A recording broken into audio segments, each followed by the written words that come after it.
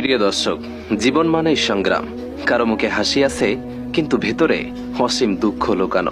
কারো কাছে সবকিছুই আছে, তবুও শান্তি নেই। আজকের এই ভিডিওটি শুধু কথা নয়, বরং জীবনের জন্য ঔষধ।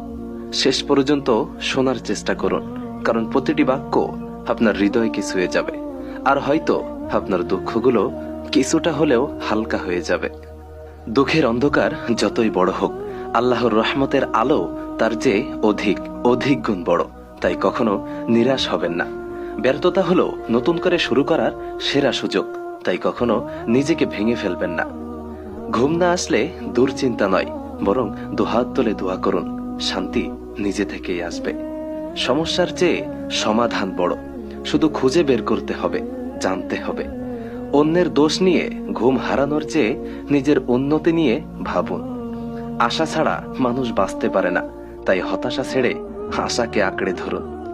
যদি পথ হারিয়ে ফেলেন, সৎ কাজের দিকেই এগিয়ে যান, ওটাই হবে সঠিক রাস্তা।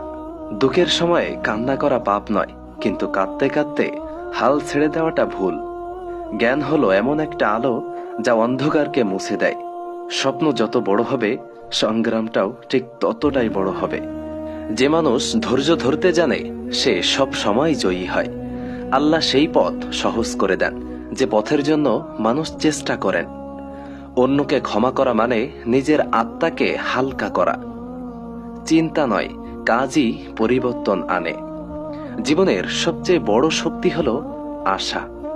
কষ্ট সাময়িক, শিক্ষা স্থায়ী। যে বেশি ভোগ করে, সেই বেশি শেখে।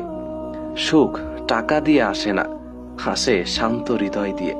দুঃখ এলে মনে রাখুন, এটা একদিন চলে যাবেই। প্রতিটি সকাল হলো নতুনভাবে শুরু করার সুযোগ। ভালো মানুষ হওয়ার চেয়ে বড় কোনো ডিগ্রি নেই। প্রতিটি সমস্যার ভেতরে থাকে একটি শিক্ষা। আপনার কথাই হতে পারে কারো দুঃখ ভোলানোর কারণ। কৃতজ্ঞতা সুখকে বাড়িয়ে দেয়, আর অকৃতজ্ঞতা দুঃখ বাড়ায়। আল্লাহ কখনো এমন বোঝা দেন না যা আমরা বইতে পারি না বা পারবো না।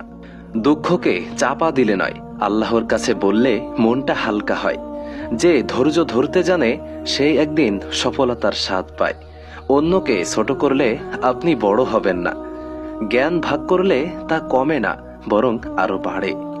কষ্ট মানুষকে শক্তিশালী করে তোলে, তাই কখনো ভেঙে পড়বেন না। ব্যর্থতাকে ভয় করবেন না, এটা সাফল্যের শিক্ষক। আশা হারালে সবকিছু হারাবেন, তাই কখনো আশা হারাবেন না। যে নিজের সময়কে মূল্য দেয়, সেই জীবনে সবচেয়ে এগিয়ে যায়।